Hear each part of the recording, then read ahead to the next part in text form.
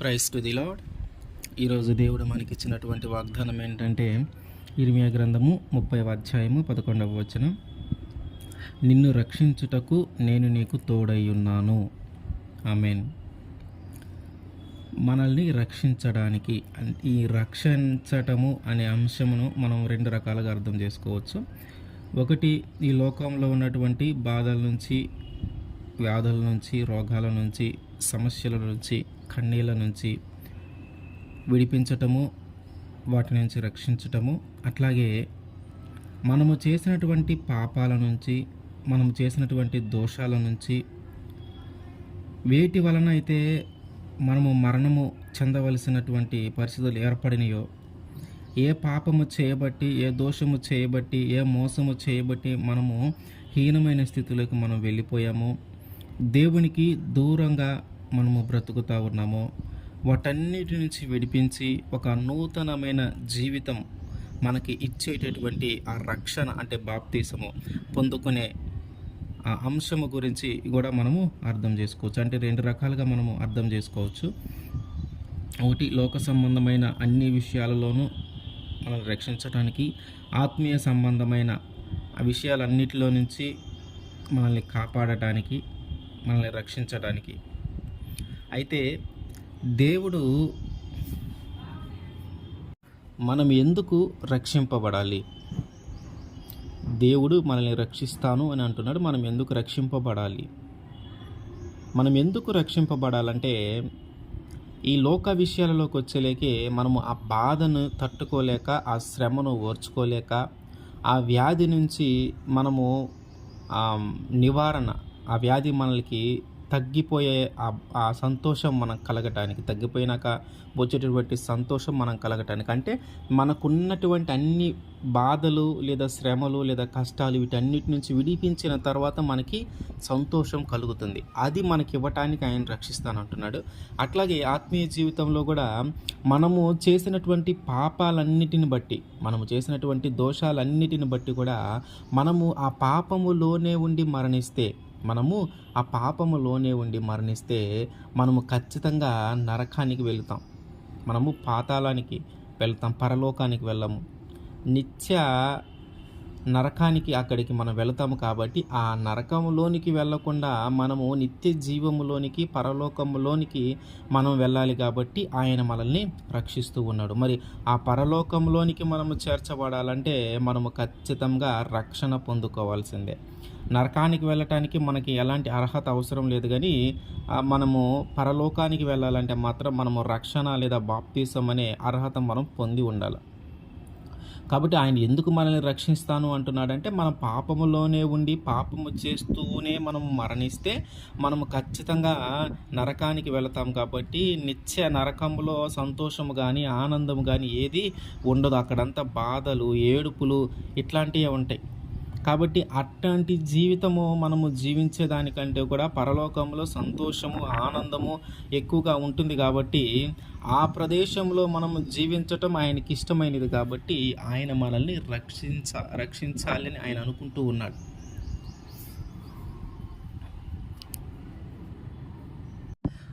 ఆయన మనకి తోడుగా ఉంటే మన జీవితం ఎట్లా ఉంటుంది? ఆయన మనకి తోడుగా లేనప్పుడు మన జీవితం ఎట్లా ఉంటుంది? అపోస్తుల కార్యము 7వ అధ్యాయము 9-10 వచనాలు. ఆ గోత్రకర్తలు మత్సరపడి యోసేపును ఐగుప్తులోనికి పోవుటకు అమ్మివేసిరి గాని, దేవుడు అతనికి తోడయ్యుండి అతని శ్రమలన్నిటిలో నుంచి తప్పించి దయను, జ్ఞానమును ఐగుప్తు రాజైన ఫరో ఎదుట అతనికి అనుగ్రహించినందున ఫరో ఐగుప్తునకును తన ఇంటి అంతటికి అతనిని అధిపతిగా నియమించెను. దేవుడు యోసేపుకి ఎప్పుడు కూడా తోడయ్యే ఉన్నాడు. యోసేపుకి దేవుడు తోడై ఉండటాన్ని బట్టి ఆయన యొక్క జీవితంలో జరిగినవేంటో మనం ఒకసారి చూద్దాం. ఆయన తన తల్లి, తన తండ్రి, అన్నదమ్ముల దగ్గర ఉన్నప్పుడు ఆయన్ని దేవుడు ప్రత్యేకంగానే ఉంచుతూ ఉన్నాడు.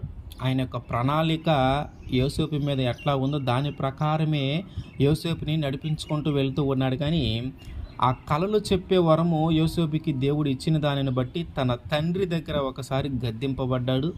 అట్లాగే తన అన్నదమ్ములందరి దగ్గర వారి వారి గురించి ఈయన చెప్తూ ఉంటే వారందరూ కూడా ఈయన మీద కోపము తెచ్చుకొని, ఈయన మీద పగబెట్టుకొని వీడిని చంపేయాలి అనే అంత ఆలోచన వాళ్ళకి కలిగింది. తండ్రి గద్దించినప్పుడు ఆ తండ్రి నుంచి ఎటువంటి అపాయము రాకుండా దేవుడు ఆయనకి తోడయ్యే ఉన్నాడు. అట్లాగే అన్నదమ్ములు ఆయన మీద కోపపడిన, ఆయన మీద పగబెట్టుకొని వాళ్ళు ఏం చేశారంటే అన్నదమ్ములు వీడినిట్ట కాదు అసలు చంపేద్దాము, వీడుంటే మనకి ఇబ్బంది. ఎందుకయ్యా ఇబ్బంది అంటే వీళ్ళు చేసే తప్పులన్నీ కూడా తండ్రికి చెప్పేవాడు. వీళ్ళు ఏదైనా తప్పు చేస్తే అది తీసుకెళ్ళి అన్న వాళ్ళు ఇట్టు చేశారని చెప్పేవాడు. దాని తోడు ఈయన కన్నే ఈ కళలన్నీ కూడా అన్నదమ్ములందరూ కూడా ఈయనకి నమస్కారం చేసినట్టు ఆయన కళలకు అంటూ ఉండేవాడు అనమాట. ఆ విషయాలు వీళ్ళకి చెప్పినప్పుడు అంటే మేము నీ కింద దాసులుగా ఉంటామా, నువ్వు మమ్మల్ని పరిపాలిస్తావా, నువ్వు మాకు రాజుగా ఉంటావా, అదే కదా నువ్వు కళలుగానే వాటి మీనింగ్ అదే కదా అని మేము పెద్దవాళ్ళము, నువ్వు చిన్నవాడివి అని వాళ్ళు అనుకుంటా ఉంటూ ఆయన మీద పగపట్టి ఉన్నారు. ఆయన్ని చంపాలనే అంత ఆలోచన వాళ్ళకి కలిగింది. ప్రతిసారి వీళ్ళు ఏదో ఒకటి చేయటము, అది తీసుకొని వెళ్ళి తండ్రికి చెప్పటం, ఇట్లా చేశారని. సో అసలు వీడే లేకపోతే మనం ఏం చేసినా మన తండ్రికి తెలియదు కదా, వీడే లేకపోతే మనము మన ఇష్టం వచ్చినట్టుగా మనం జీవించవచ్చు కదా అని అన్నదమ్ములందరూ కూడా కలిసి ఆలోచించుకొని ఆ యోసేపుని చంపేద్దామని ఒక తలంపు వాళ్ళలో పుట్టింది. ఎప్పుడైతే వాళ్ళు అనుకున్నారో ఆ తర్వాత తండ్రి అన్నదమ్ముల దగ్గర అన్నల్ని ఆ గొర్రెలు కాయటానికి వెళితే అన్నల దగ్గరికి పంపించాడు. వాళ్ళు ఎలా ఉన్నారు, ఎక్కడున్నారో చూసిరా, ఇదిగో వాళ్ళకి పలానా ఆహారం ఇచ్చిరా. ఇక వీడు రానే వస్తున్నాడు అని చెప్పి వీళ్ళ ఆలోచన అంతా కూడా ఇప్పుడు నెరవేర్చుకుందామని ఆలోచించి వారందరూ మాట్లాడుకొని ఇవన్నీ చంపేద్దామని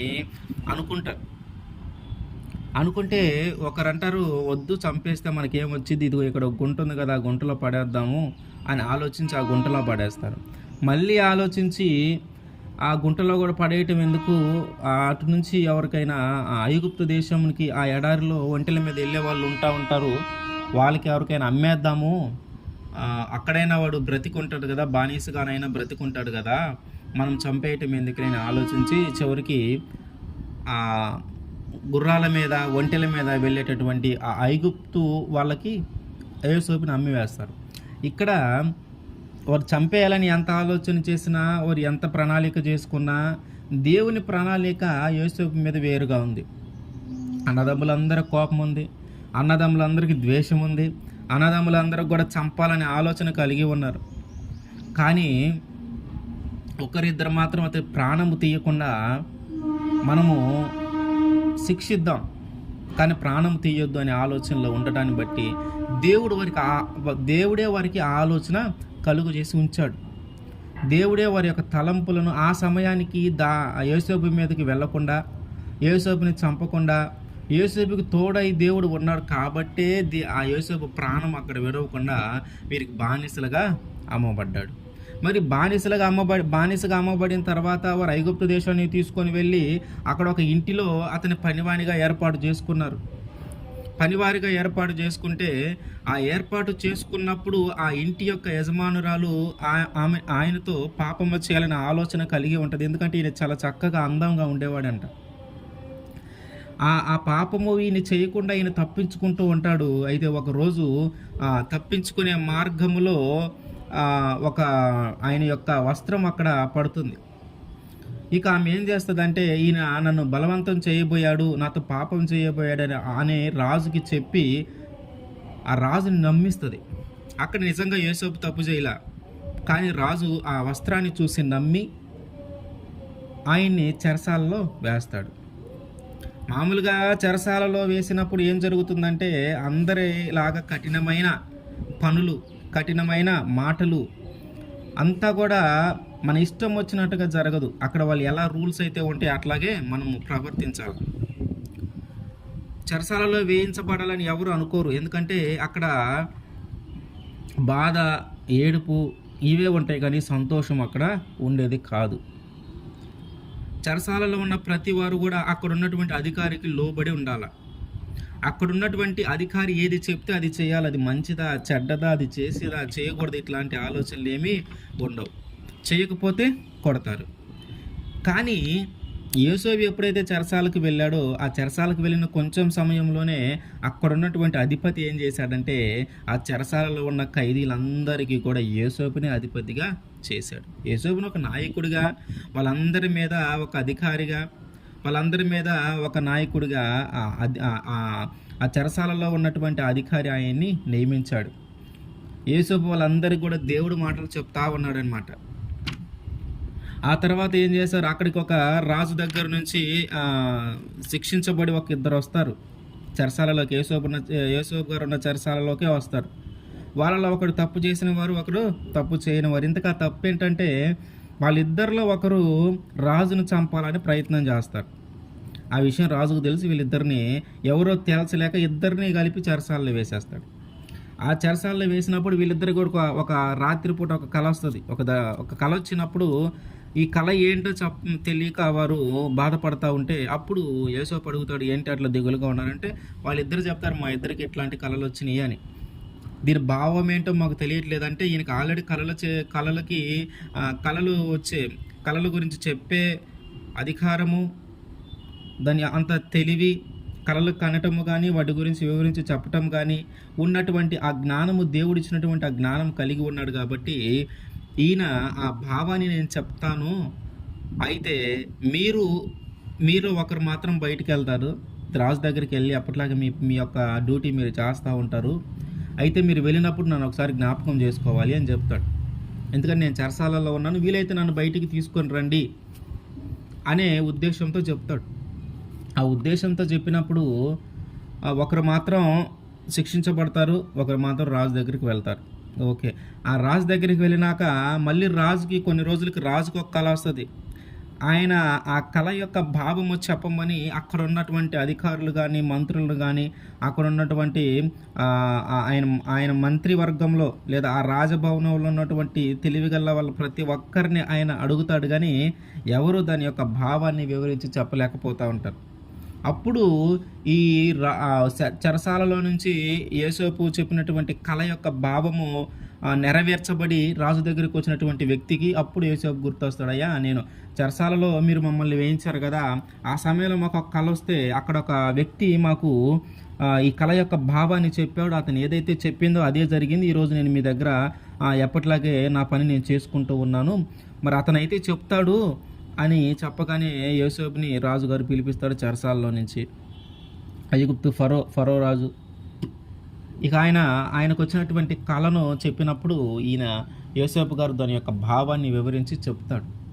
ఆ వివరించి చెప్పినప్పుడు కూడా ఇక వాళ్ళందరూ భయపడి అక్కడ కళ ఏంటంటే భావం ఏంటంటే ఒక 7 సంవత్సరాలు సమృద్ధిగా పంట పండుతుంది, ఇంకొక 7 సంవత్సరాలు మాత్రం కరువు వస్తుంది అనే భావం. ఇప్పుడు రాజుగారు ఈ ఐగుప్తు ఫరో ఏం చేస్తాడంటే, మరి ఈ భావాన్ని నువ్వు చెప్పగలిగావు, మరి దీనిని నెరవేర్చగలిగేది ఎవరు అని చెప్పి చివరికి యోసేపునే వాటన్నిటి మీద అధికారిగా యోసేపుని నియమిస్తాడు. అయితే యోసేపుని నియమించడానికి చిన్న చిన్న కారణాలు ఉన్నాయి. అవి ఏంటంటే, బానిసగా అమ్మబడినప్పుడు ఆయన బానిసగానే ఉన్నాడు కానీ తిరుగుబాటు చేయలే. బానిసలు ఎలా ఉంటారో అట్లాగే ఉన్నాడు. ఏ రోజు నేను ఇట్లా అమ్మబడ్డాను కాబట్టి నేను బానిసగా ఉండను, నేను నా తల్లిదండ్రులు వాళ్ళు గొప్పవాళ్ళు, వాళ్ళు మంచిగా జీవించారు అని ఆయన ఎప్పుడు ఎదురు తిరగల. ఆయన బానిసగా ఉన్నట్టే బానిసగానే ఉన్నాడు. ఇంటిలో పనివాడిగా నియమించబడినప్పుడు తన పనిని తాను చక్కగా నిర్వర్తించుకుంటూ వచ్చేవాడు. ఏ కంప్లైంట్ ఆయన మీద ఉండేది కాదు. చాలా చక్కగా తన పని చేసుకుంటూ ఉండేవాడు. అంటే బానిసగా ఉన్నప్పుడు తన పని తాను నెరవేర్చుకున్నాడు. అక్కడ పనివాడిగా ఏర్పాటు చేయబడినప్పుడు తన పని తాను చేసుకుంటూ వెళ్ళాడు. చెరసాలలో ఉన్నప్పుడు ఒక ఖైదీ ఎలాగ ఉండాలో అలాగే ఉన్నాడు. కొట్టినప్పుడు కానీ, తిట్టినప్పుడు కానీ, కఠినమైన మాటలు మాట్లాడినప్పుడు కానీ, కఠినమైన శిక్షలు విధించినప్పుడు కానీ ఆయన ఎప్పుడు కూడా ఎదురు తిరిగి సమాధానం చెప్పింది కానీ లేదు. శిరసావహించాడు.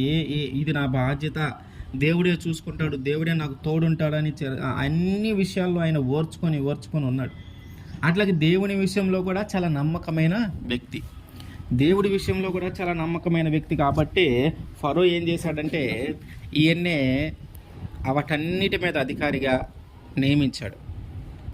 మనం ఒకసారి మొదటిగా ఇప్పుడేంటి ఈయన పొజిషన్ ఏంటంటే రాజు తర్వాత రాజు, ఫరో తర్వాత ఫరో, ఆఖరికి ఫరో ఇంటికి కూడా ఈయన అధిపతి. ఫరో ఇంటిలో వాళ్ళు ఏం చేయాలన్నా కూడా ఈయన అడిగే చేయాలా.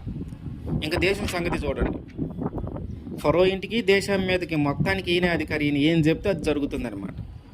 వాస్తవంగా మొదటి నుంచి కానీ చూసుకుంటే తండ్రి గద్దించినప్పుడు దేవుడు తోడై ఉన్నాడు కాబట్టి తండ్రి నుంచి ఎట్లాంటి అపాయం జరగల.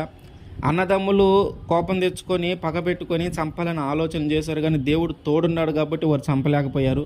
బానిసగా అమ్మబడ్డాడు, వారు బానిసగా ఈయన కొట్టొచ్చు లేదా చంపేయచ్చు, వాళ్ళకి అన్ని అధికారాలు ఉన్నాయి. బానిస జీవితంలో గడుపుతూ ఉన్నప్పుడు ఆయన తోడుగా ఉన్నాడు కాబట్టి ఆయనకి ఏ అపాయం జరగల.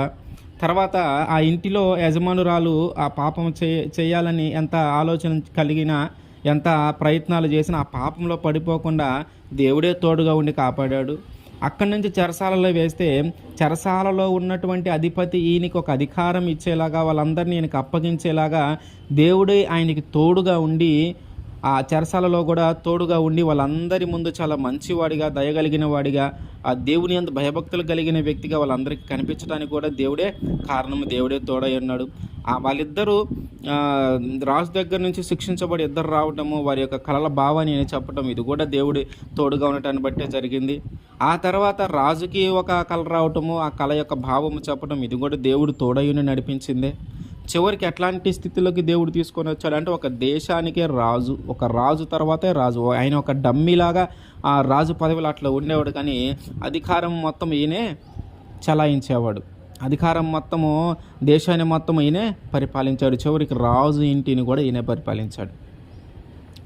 దేవుడు మనకి తోడై ఉంటే ఎంత గొప్ప స్థితిలో ఉంచుతాడు మనల్ని.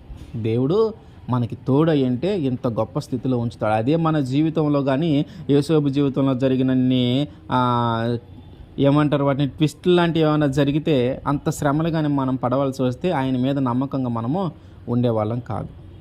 ఇంకా మనం గమనించాల్సిన విషయం ఏంటంటే ఇన్ని ఇబ్బందులు యోసేపుకి కలుగుతున్నా కూడా ఎప్పుడు కూడా దేవుని నిందించాల, ఎప్పుడు కూడా దేవుడికి వ్యతిరేకంగా ఒక మాట మాట్లాడాల.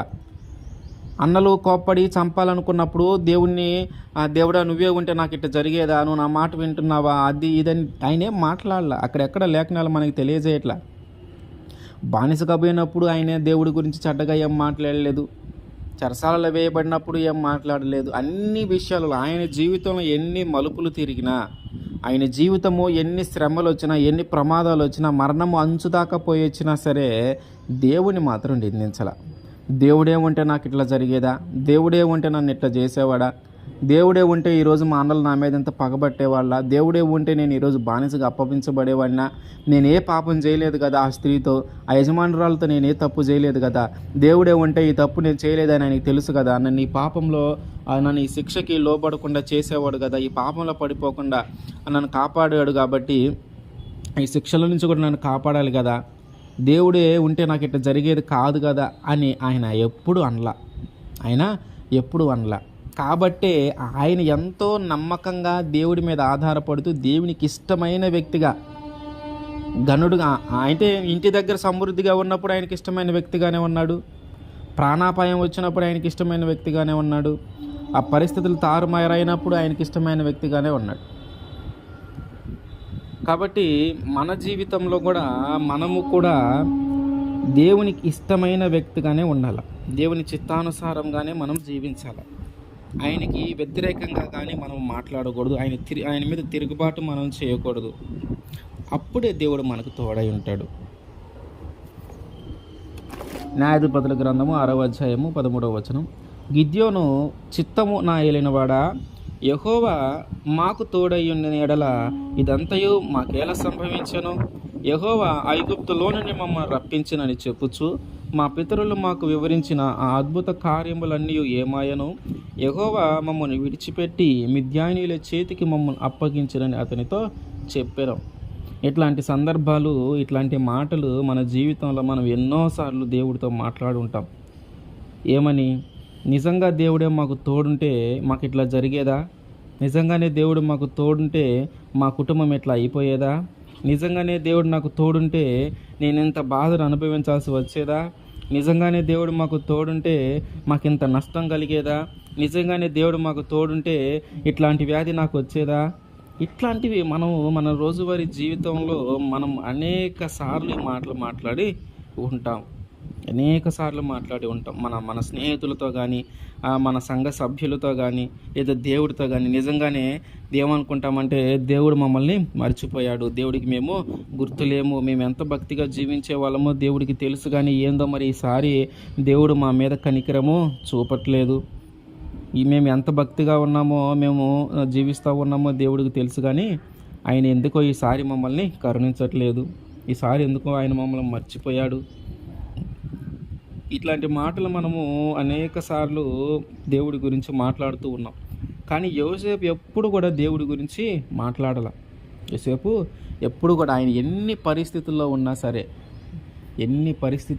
సరే ఆయన ఎప్పుడు కూడా దేవుని వ్యతిరేకించింది కానీ, దేవుని దూషించింది కానీ, దేవుని మీద తిరుగుబాటు చేసింది కానీ, దేవుడే ఉంటే ఇట్లా జరిగేదని మాటలు మాట్లాడటం కానీ, ఇట్లా అయిపోయాను కదా, ఇంక ఇప్పుడు మాత్రం చేసేది ఏముందిలేని ఆ పాపంలోకి పడకుండా ఉండటం కానీ, ఇట్లాంటిది ఏది చేయాల నమ్మకంగా విశ్వాసంగా ఆయన జీవించే ఉన్నాడు.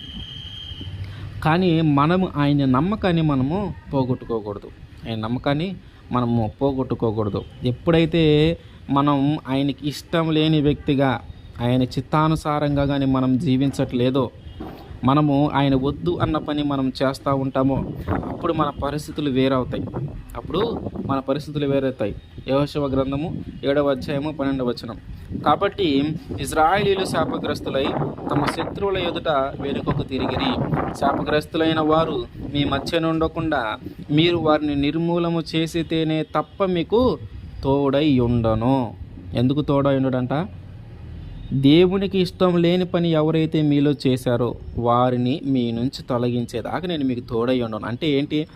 దేవుడు మనకి తోడై ఉండను అని ఎప్పుడు అంటున్నాడంటే, ఆయనకి ఇష్టం లేని విధంగా మనము జీవించినప్పుడు, ఆయన చిత్తానుసారంగా మనము జీవించకుండా మన ఇష్టానుసారంగా మనము జీవించినప్పుడు, పాపములో మనం పడిపోయి ఉన్నప్పుడు ఆయన మనకి తోడై ఉండడు. వీళ్ళకేంది, ఇశ్రాయేలీయులు యెహోషువ వీళ్ళని నడిపించేటప్పుడు వీరు యెరికో పట్టణాన్ని జయించి తిరిగి హాయి అనే పట్టణానికి వెళ్ళాలి. యెరికో పట్టణాన్ని వీళ్ళు జయించటమే ఒక గొప్ప సంఘటన. అయితే దేవుడు ఏం చేశాడంటే ఆ యుద్ధంలో వీరిని గెలిపించి ఆయన ఏం చెప్తాడంటే ఆ పట్టణాన్ని శపిస్తాడు. ఆ పట్టణాన్ని శపించి ఆ పట్టణంలో ఉన్నది ఏది కూడా మీరు ముట్టవద్దు, ఆ పట్టణంలో ఉన్నది ఏది కూడా మీరు ముట్టవద్దు, మొత్తాన్ని నేను జయించేశాను, మీకు ఆ జయాన్ని మీకు ఇచ్చాను కాబట్టి ఆ యెరికో పట్టణంలో ఉన్నటువంటి దేనిని కూడా మీరు ముట్టవద్దు అని ఆయన ఆజ్ఞాపిస్తాడు. అయితే వీళ్ళు ఏం చేస్తారంటే యెరికో పట్టణాన్ని దాటిన తర్వాత హాయి పట్టణానికి వెళ్ళాలి. యెహోషువ ఏం చేస్తాడంటే ఒక వేగు చుట్టడానికి కొంతమందిని పంపిస్తాడు. ఆ పట్టణం ఎట్లా ఉంది ఏంటి చూసిరండి అని పంపిస్తే వాళ్ళు వెళ్ళిన వాళ్ళు ఏం చేస్తారంటే, ఆ హాయి పట్టణం అనేది చాలా చిన్నది, అక్కడకి మనం ఆ పట్టణాన్ని జయించాలంటే మనం ఒక 2000 నుంచి ఒక 3000 మంది మనం వెళితే సరిపోతుంది, కాబట్టి మనం ఎక్కువ మంది వెళ్ళవలసిన అవసరం లేదు, మనం చాలా ఎక్కువ మంది ఉన్నాం కాబట్టి ప్రజలందరూ కూడా విశ్రాంతి తీసుకోండి, ఒక 2-3 వేల మంది వెళ్తే సరిపోతుందని చెప్తే యెహోషువ ఏం చేస్తాడంటే ఆ 2-3 వేల మందిని పంపిస్తాడు. ఆ 2-3 వేల మందిని పంపిస్తే హాయి పట్టణంలో ఉన్న వాళ్ళని ఓడించేసి కొంతమందిని సుమారుగా ఒక 36 మందిని చంపేస్తారు, ఎటోళ్ళు అటు తరిమేస్తారనమాట. అప్పుడు యెహోషువ ప్రార్థన చేసి మోకాన్ని నేల కానిచ్చి, ఆ మోకాల మధ్యలో ఉంచి నేల కానించి దేవుడి దగ్గర ప్రాధేయపడతాడు. ఒక చిన్న పట్టణాన్ని మేము జయించలేకపోయామయ్యా, ఒక చిన్న విషయాన్ని మేము జయించలేకపోయాం, ఏం జరిగింది, ఎందుకు నీవు మాకు తోడుగా లేవు, ఇందుకో ఎన్నో యుద్ధాలు చేసుకుంటూ వచ్చాం కదా, యెరికో పట్టణాన్ని మేము జయించగలిగామంటే అది కేవలం నీ కృపే కదా, అంత పెద్ద పట్టణాన్ని మేము జయించగలిగేలాగా నువ్వు చేసావు, ఇదిగో ఈ చిన్న పట్టణాన్ని ఒక 2000-3000 మంది జయించగలిగే పట్టణాన్ని మేము వెళితే ఎందుకు జయించలేకపోయాము, వారు మమ్మల్ని కొంతమందిని, మాలో ఉన్నటువంటి కొంతమందిని వారు చంపేశారు, ఎటువంటి చెదరగొట్టేశారు, భయం కలిగింది మాకు, ఆ చిన్న పట్టణాన్ని జయించలేకపోయామనే భయం కలిగింది, మా గుండె కఠినం అయిపోయింది, మా గుండె కరిగిపోయింది, మరి ఏంటయ్యా ఇంత పరిస్థితులు ఎందుకు వచ్చినాయి అని యెహోషువను అక్కడున్న ప్రజలందరూ కూడా దేవుడికి మొరపెట్టి అడుగుతా ఉన్నారు. అప్పుడు దేవుడు అంటాడు, ఇక్కడ కూర్చొని నాకు మొరపెడతా నీ ముఖము నేలకు మోపుకొని ఉన్నావే, నువ్వు లేచి నీ నీ ప్రజల్లో, ఈ ఇజ్రాయేలీయుల ప్రజల్లో కొంతమంది శపించిన దానిని తీసుకొని వచ్చారు. యెరికో పట్టణములో నేను యెరికో పట్టణాన్ని మొత్తాన్ని శపించాను కదా, అక్కడి నుంచి మీరు ఏదో తీసుకోవద్దని నేను మీకు చెప్పాను కదా. కానీ మీలో ఒకరు ఏం చేశారంటే ఆ పట్టణంలో ఉన్నటువంటి కొన్నిటిని తీసుకొని వచ్చారు. ఇదిగో ఆ శాపము మీ మీద ఉంది, ఆ శాపము మీ మీద ఉంది. అందుకే మీరు ఆ చిన్న పట్టణాన్ని జయించలేకపోయారు. కాబట్టి ముందు ఆ శాపము లేదా ఆ దోషము చేసిన వారు ఎవరైతే ఉన్నారో వారిని గుర్తించి వారిని మీలో నుంచి తొలగించిన తర్వాత మీకు తోడై ఉంటాను. అప్పుడు దాకా మీకు తోడుగా రాను, అప్పుడు దాకా నేను మీకు తోడుగా ఉండను. ఎప్పుడు దాకా ఉండను? నీలో ఉన్నటువంటి ఆ దోషము తొలగించే వరకు, నీలో ఉన్నటువంటి ఆ దోషము తొలగించే వరకు. మన జీవితంలో కూడా అంతే. దేవుడు మనకి తోడుగా ఉండటానికి ఎల్లప్పుడూ ఎదురు చూస్తూ ఉంటాడు. కానీ మనమే మన చేతులారా మనమే ఆయన తోడు మనము కోరుకోకుండా పాపము శాపంలో మనం పడిపోయి ఉంటాం. మనం చేసిన పాపము, మనం చేసిన దోషమే ఆయన మనకు దూరం చేస్తూ ఉంటుంది. ఆయన చిత్తానుసారంగా మనము జీవించి ఉంటే ఆయన ఖచ్చితంగా మనకు తోడుగా ఉంటాడు. ఇప్పుడు దేవుడు వీళ్ళని ఎందుకు ఎడబాసాడు, ఎందుకు తోడుగా లేడు అంటే వారు శాపము, వారు దేవుడు ఏదైతే పని చెప్పాడో, ఈ దేవుడు ఏదైతే మాట చెప్పాడో ఆ మాట వినలే. దేవుడు ఏదైతే తీసుకోవద్దు అని అన్నాడో అది తీసుకున్నారు. అంటే ఆయన చెప్పిన మాట వినకుండా, ఆయన చిత్తానుసారంగా జీవించకుండా ఉండటాన్ని బట్టి దేవుడు వాళ్ళకి తోడుగా లేడు. మరి అప్పటిదాకా తోడుగా ఉన్నాడుగా. అప్పటిదాకా చాలామందిని జయించడానికి, అసలు యెరికో పట్టణం జయించడం చాలా గొప్ప విషయం. ఎందుకంటే వీళ్ళెవరు కూడా ఆ ప్రాకారము చుట్టూ తిరిగారు, కానీ వీళ్ళు ఎవరు యుద్ధం చేయలే. దేవుడే యుద్ధం చేశాడు. దేవుడే యుద్ధం చేసి యెరికో పట్టణము వీళ్ళని జయించేలాగా చేశాడు. మరి అన్ని విషయాల్లో తోడుగా ఉన్నటువంటి దేవుడు ఈ చిన్న పట్టణాన్ని జయించడానికి వెళ్ళినప్పుడు ఎందుకు తోడుగా లేడంటే ఒక్కటే కారణం. ఆ కారణం ఏంటంటే ఆయన చెప్పిన మాట వినకుండా వద్దు అన్నది చేయటాన్ని బట్టి, ఆయన మాట లెక్క చేయకుండా ఉండటాన్ని బట్టి, ఆయనకి వ్యతిరేకంగా పని చేయటాన్ని బట్టి, ఆయన మీద తిరుగుబాటు చేయటాన్ని బట్టి దేవుడు వారికి తోడుగా లేడు. మన జీవితంలో కూడా అంతే. దేవుడు కొన్నిసార్లు మనకి తోడుగా ఉండడు. ఎందుకు తోడుగా ఉండడు అంటే అది ఆయన తప్పు కాదు, కారణం మనది, తప్పు మనది. ఆయన ఎల్లప్పుడూ మనకి తోడుగా ఉండాలని ఆశపడుతూ ఉంటాడు. ఎల్లప్పుడూ మనకి మన వెంబడే ఉండాలని ఆయన ఆశపడుతూ ఉంటాడు. కానీ దానిని మనం స్వీకరించం. మన ఇష్టానుసారంగా పాపంలో మనం పడిపోయి మన అందమైన ఈ లోకాన్ని మనము చూడాలని, ఈ లోకాన్ని మనం అనుభవించాలని, ఈ లోకంలో ఉన్న ప్రతి పాపము మనము చేయటానికి తాపత్రయపడతా ఉంటాం. కాబట్టి ఆ సమయంలో దేవుడు మనకి తోడుగా ఉండడు. ఏ సమయంలో దేవుడు మనకు తోడుగా ఉండడంటే ఆయన మనల్ని చూసినప్పుడు మనలో ఏ పాపం కనపడకూడదు, మనలో ఉన్నటువంటి ఆ పాపము, మనలో ఉన్నటువంటి ఆ దోషము దేవుడికి కనిపించినంత కాలం ఆయన మనకు తోడుగా ఉన్నాడు. ఆయన ఏం చెప్తా ఉన్నాడో అది మనం చేయాలా, ఆయన ఎలా ప్రవర్తించమంటున్నాడో అలా ప్రవర్తించాలా, ఏం మాట్లాడమంటున్నాడో అదే మాట్లాడాలా, ఎలా చూడమంటున్నాడో అలాగే చూడాలా. అట్లా కాకుండా మన ఇష్టం వచ్చినట్టుగా మాట్లాడటం, మన ఇష్టం వచ్చిన ప్రవర్తన కలిగి ఉండటం, మన ఇష్టం వచ్చిన రీతిగా మనము జీవించటం, ఏమి ఈ లోకంలో ఏది చేసినా కూడా, లోకానుసారంగా నువ్వేది చేసినా కూడా అది పాపం వైపు నడిపించేది కానీ దేవుడి వైపు నడిపించేది కాదు. ఆత్మానుసారంగా నువ్వు జీవించేటప్పుడు, ఆత్మానుసారంగా నువ్వు నడిచేటప్పుడు దేవుడి వైపు నడిపించబడతావు. కానీ లోకానుసారంగా నువ్వు జీవించేటప్పుడు అంతా కూడా పాపంలోనే ఉంటావు. దేవుడు మనకి దూరం అవటానికి కారణం ఒకటే, ఆయన మాట మనం లెక్క చేయనప్పుడు, ఆయన మాట మనం విననప్పుడు, ఆయనకి వ్యతిరేకంగా మనం మాట్లాడుతూ ఉన్నప్పుడు, ఆయనకి వ్యతిరేకంగా మనం జీవిస్తూ ఉన్నప్పుడు, ఆయన మీదే మనం తిరుగుబాటు చేస్తూ ఉన్నప్పుడు, వీటిని బట్టే దేవుడు మనకి దూరం అవుతూ ఉంటాడు. అందుకని ఒక చిన్న పట్టణాన్ని జయించడానికి వారి వల్ల కాల. పెద్ద పెద్ద పట్టణాలు, పెద్ద పెద్ద యుద్ధాలు చేసి వచ్చారు, కానీ హాయి అనే ఒక చిన్న పట్టణం జయించలేకపోయారు.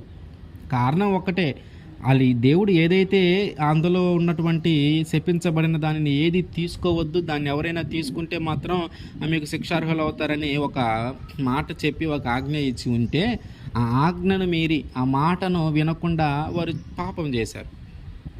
పోనీ అందరు చేశారంటే ఒక్కరే చేశారు. ఒక్కరు చేసిన పాపం అందరి మీదకి వచ్చింది. ఒకరు చేసిన పాపము అందరి మీదకి శిక్ష వచ్చింది. కాబట్టి మనము చేసే పాపాన్ని బట్టి కొన్నిసార్లు మన కుటుంబం మీద కూడా శిక్షలు వస్తాయి. మనం చేసిన పాపము, ఆ పాప ఫలితము కొన్నిసార్లు మనకే కాకుండా మన కుటుంబం మీద కూడా ఆ పాపము వెళ్తూ ఉంటుంది. ఆ పాప ఫలితము మన కుటుంబం మీద కూడా వెళ్తూ ఉంటుంది. కాబట్టి మనము ఆ పాపములో పడిపోకుండా మనం కాపాడబడుతూ ఉండాలి. ఆ పాపంలోకి మనం వెళ్ళకుండా మనము జాగ్రత్త పడాలి. మనం ఎప్పుడైతే ఆ పాప దోషాల్లో పడిపోతూ ఉంటామో దేవుడు ఖచ్చితంగా మనకి తోడుగా ఉన్నాడు. దానికి ఉదాహరణ వీళ్ళే. యెహోషువ యెరికో పట్టణంలో శపించబడిన దానిని యెహోషువ ప్రజలలో ఒకరు ఆకాను తీసుకొని ఉన్నాడు కాబట్టి దానిని బట్టి ఆయన వారికి తోడుగా లేడు. యోసేపు విషయంలో దేవుడు ఎందుకు తోడుగా ఉన్నాడంటే, ఆయన మొదటి నుంచి కూడా ఉన్నత స్థితిలో ఉన్నా సరే, బానిస స్థితిలో ఉన్నా సరే, చెరసాలలో ఉన్నా సరే, ఏ స్థితిలో తర్వాత అధిపతిగా ఫరో తర్వాత ఫరో అంతగా అభివృద్ధి చెందినా సరే ఎప్పుడు కూడా ఆయన నిందించలేదు. ఉన్నదాన్ని బట్టి ఆయన గర్వించలేదు. ఇప్పుడు నేను రాజునయ్యాను కాబట్టి ఇక దేవుడి అవసరం లేదు ఆయన భావించలేదు. ఆయన ఎప్పుడు కూడా ఆయనకి ఆ దేవుడికి విధేయుడుగానే ఉన్నాడు. ఎప్పుడు కూడా ఆయనకి ఇష్టమైన వ్యక్తిగానే జీవించాడు. కాబట్టి ఎల్లప్పుడూ ఆయన తోడుగా ఉన్నాడు. మన జీవితంలో కూడా అంతే. ఆయన చెప్పిన మాట మనం వినాలి. ఆయన చెప్పిన మాట మనం వినాలి. ఆయన ఇది చేయొద్దు అంటే అది మనం చేయకూడదు, ఇది చూడొద్దు అంటే అది చూడకూడదు, ఇది వినాలంటే అది వినాలి, ఇలా నడుచుకోమంటే ఇలా నడుచుకోవాలి, ఇలా ప్రవర్తించమంటే ఇలా ప్రవర్తించాలి.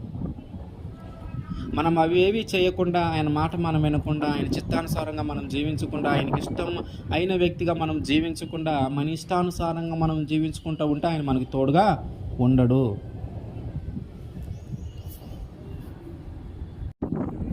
కీర్తనల గ్రంథము 91వ కీర్తన 15వ వచనం. అతడు నాకు మొర్రపెట్టగా నేను అతనికి ఉత్తరం ఇచ్చేదను, శ్రమలలో నేను అతనికి తోడై ఉండేదను, అతనిని విడిపించి అతనిని గొప్ప చేసేదను. ఎప్పుడు తోడై ఉంటాడంట? ఆయనకి మనం మొరపెట్టినప్పుడు, మనం ప్రార్థన చేసినప్పుడు, ఆయనకి మనం మొరపెడుతూ మనం ప్రార్థన చేస్తే అంట ఆయన మనకి తోడుగా ఉంటాడంట. తోడుగా ఉండి మనల్ని ఈ పాపము నుంచి, ఈ పరిస్థితుల నుంచి, ఈ శ్రమల నుంచి విడిపించి మనల్ని గొప్పవాడిగా చేస్తాడు. ఆయనకి మనం మొరపెట్టాలా? ఆయనకి మనం మొరపెట్టినప్పుడు ఆయన మనకి ఉత్తరం ఇస్తాడు. ఆయన మనకి తోడుగా ఉంటాడు. ఆయన మన పరిస్థితుల నుంచి మనల్ని విడిపిస్తాడు, మనల్ని గొప్పవారిగా మారుస్తాడు. మన పాపము నుంచి విడిపిస్తాడు, మన దోషము నుంచి విడిపిస్తాడు, మనకున్న బాధల నుంచి విడిపిస్తాడు, మనకున్న ఏడుపు నుంచి విడిపిస్తాడు, మనకున్న శ్రమల నుంచి విడిపిస్తాడు, మనకున్న కన్నీటి నుంచి విడిపిస్తాడు, మనకున్న ఆ మానసిక వేదన నుంచి విడిపిస్తాడు. ఎప్పుడు ఆయనకి మనం మొరపెట్టినప్పుడు, కాబట్టి దేవుడు మనకి ఎల్లప్పుడూ తోడుగా, మనల్ని రక్షించాలని ఆయన ఎల్లప్పుడూ మనకు తోడుగా ఉండాలని అనుకుంటా ఉన్నాడు.